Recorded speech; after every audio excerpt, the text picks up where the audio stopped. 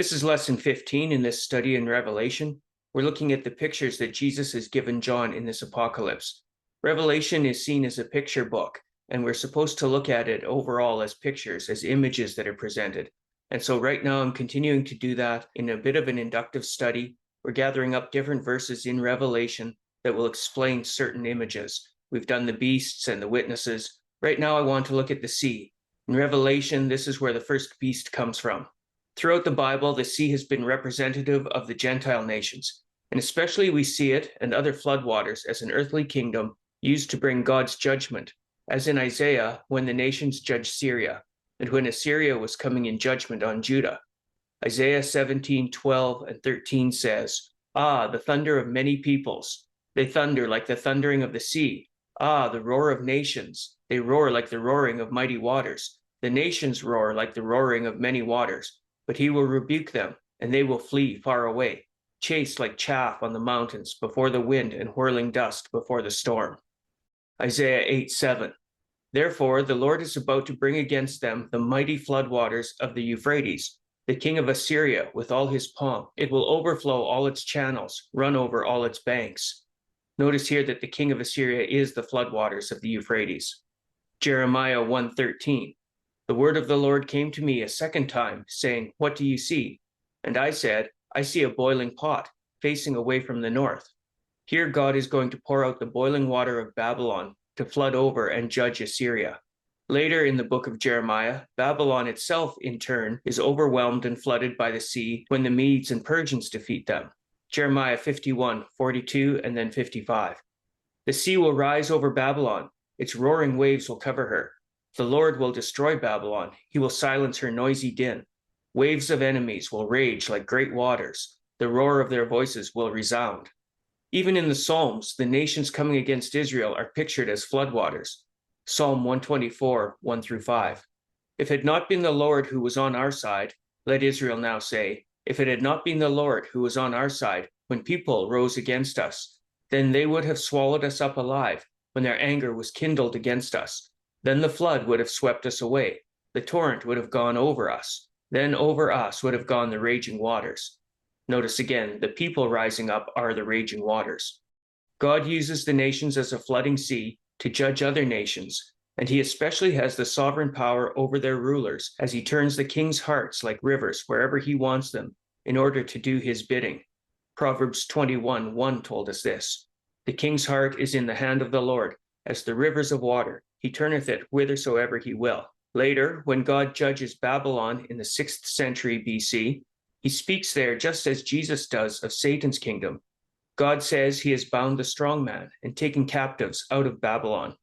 Jeremiah 51, starting at verse 45. "Come out of her, my people. Run for your lives. Run from the fierce anger of the Lord." In Jeremiah, Babylon has been the boiling water, but now Babylon will be flooded by the Sea of Persia. Jeremiah 51:42 and 43 continue. "The sea will rise over Babylon. Its roaring waves will cover her. Her towns will be desolate, a dry and desert land, a land where no one lives, through which no one travels." Verse 55. "The Lord will destroy Babylon. He will silence her noisy din. Waves of enemies will rage like great waters. The roar of their voices will resound." This is picked up, obviously, from Revelation 14 onward, regarding the Babylon of the apocalypse. Jesus tells us to flee sin and Satan's kingdom when he says, "Get out and flee this earthly Babylon." Yahweh has said this of Babylon in the 6th century and its ruling tyrant, and Jesus, who is also Yahweh, says this of Satan's kingdom, Babylon, in the New Testament. As in the Jeremiah passages, Revelation even identifies the waters as peoples and nations later on. Revelation 17:15. "Then the angel said to me, The waters you saw, where the prostitute sits, are peoples, multitudes, nations, and languages." So roiling, chaotic waters represent kings or kingdoms, but they're still subject to the sovereign God and are being used to accomplish his will. This is plainly evident throughout the prophets when God speaks of using Babylon to judge Jerusalem, as in the book of Habakkuk, or bringing Cyrus as his anointed one. So with that being the case, the beast from the sea looks immediately like a king or a kingdom from among the Gentile lands that God is using to judge Jerusalem. This has been its purpose throughout the Old Testament. The beast imagery is from Daniel 7, where the four winds of the earth stir up the great sea, bringing out the four great carnivores. They're seen with the same figures of a lion, bear, leopard, etc., and therefore represent the same thing as in Revelation. Notice that Daniel 7 is, in context, also the Son of Man courtroom passage, where he comes on the clouds to judge the beasts and have authority over creation. As we've seen, like the Gospel of John, Revelation is just that Son of Man courtroom scene. 666 and the remaining histories. Nero, the sea beast, as the man. Despite the ambiguity in the descriptions of the beast of Revelation, we've been able to glean some fair amount of information without stepping outside of the Bible. Especially, we've seen that the seven-headed beast represents both a kingdom and kings of that kingdom. We saw this in Hank Hanegraaff's book, The Apocalypse Code. But the most particular identifier is the notorious number of the beast, 666. The number puzzle used here is an example of gematria, which is the practice of transforming names into numbers, which was common in antiquity. I'm quoting Hanegraaff there again. The number of the beast is the number of a man.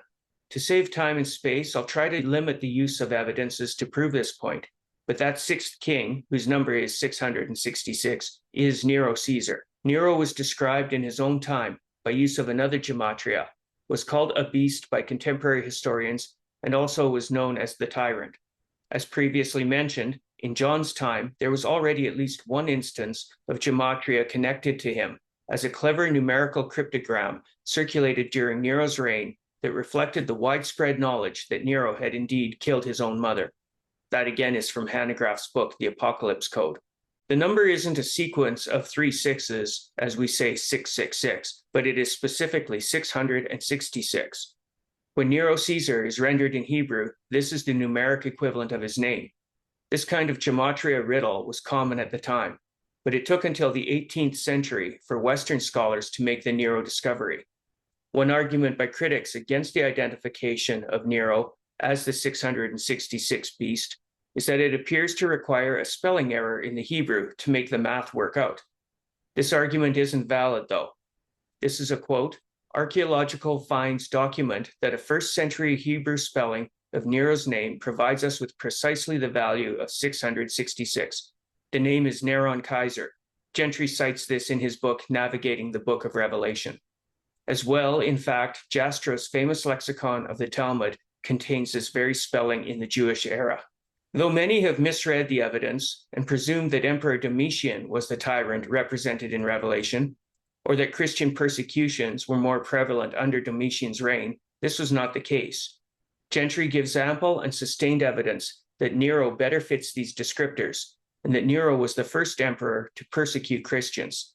It's now widely acknowledged that his persecutions were not only the first, but were by far more severe. In fact, the Domitian persecutions themselves are now in doubt altogether. Nero was a madman. He hated Christians and was given to all manner of despicable sins. He even dressed himself in the skins of animals, infamously taking on the appearance of a beast, and attacked the genitals of men and women whom he had lashed to stakes for punishment and death. In keeping with what the later chapters indicate about this beast, Nero is also the sixth emperor, the sixth head described in Revelation. He was followed by the short reign of a seventh, Galba, who lasted only 7 months. Confusing the matter somewhat is the fact that although John has referred to the beast from the sea as the sixth, he also seems to call the beast an eighth. With Nero established by history as the sixth king or Caesar, and the short-lived Galba as the seventh, who or what is the eighth, the beast who appears to have died and come back to life? Quoting Gentry in Navigating the Book of Revelation, the beast is personified in Nero. So what do we make of him being an eighth? How is an eighth one of the seven in Revelation 17:11? Here John seems to be referring not to the individual man, but the corporate beast, the Roman Empire. At Nero's death, the empire seemed to have gone into death throes. Rome descended into a bloody civil war and seemed to be on the precipice of its own demise.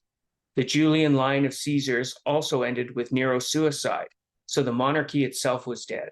At this point, however, Vespasian ascended to the throne and the empire was resurrected.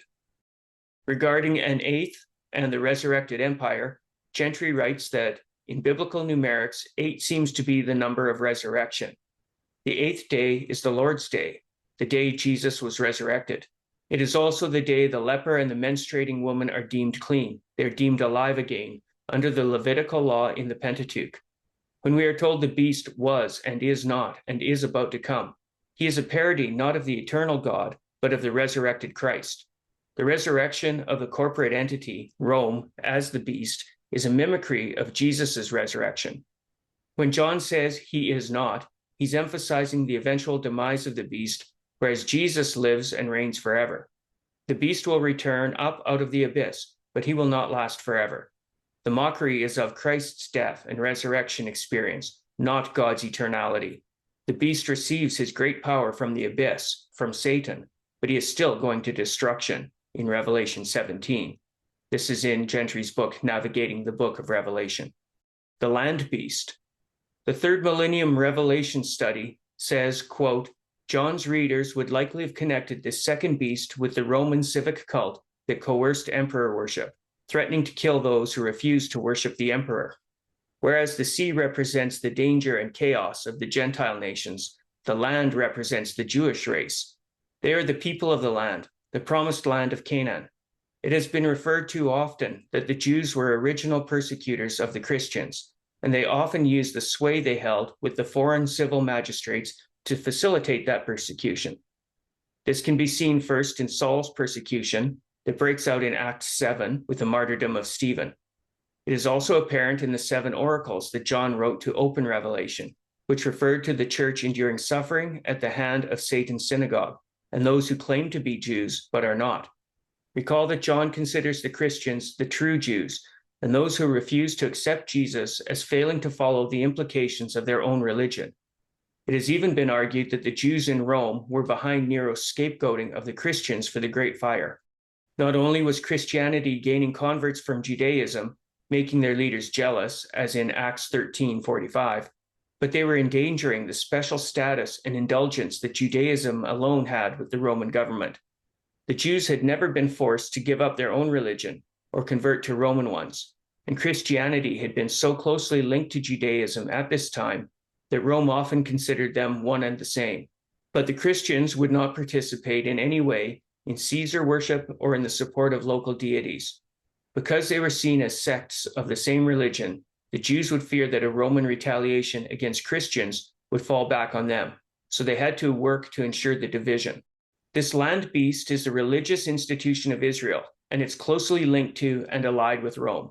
As in the letters to Smyrna and Philadelphia, the devil and Rome are aiding the persecution by the synagogue. The fact that Christians are thrown in jails shows that the civil magistrate is involved, along with the activity of the Jews listed. Jesus had even warned his followers of this alliance in Matthew 10, when he said that they would be scourged in the synagogues, but also brought before governors and kings. Kenneth Gentry marshals much more evidence of the Jewish persecution of the Christians, which arose long before any Roman persecution. He also proves that by their sheer numbers and presence throughout the empire, they would have had significant numerical influence with the Roman authorities. By sitting on the Roman beast in Revelation 17, the harlot, Jerusalem, is exhibiting some form of influence over it. In authority, though, Rome is over Jerusalem. Quote, John symbolizes this Jewish-Roman linkage in several places in Revelation. For instance, in Revelation 13:11, we see the second beast from the land, literally from the land, serving the first beast from the sea, Revelation 13:1. Whom I show elsewhere is Rome. The land beast, also known as the false prophet in Revelation 19:20, represents the Jewish high priestly aristocracy who is sold out to Rome. Josephus shows that the high priests are appointed by Roman authorities in the 1st century. This again is Gentry in a quote from Navigating the Book of Revelation. In this, we see that this is the subordinate beast, the beast from the land, operating under the authority of Rome, the beast from the sea, but also in conjunction with her. As this false prophet, the Jewish high priest even performs daily sacrifices for the empire and its emperor, although not to them.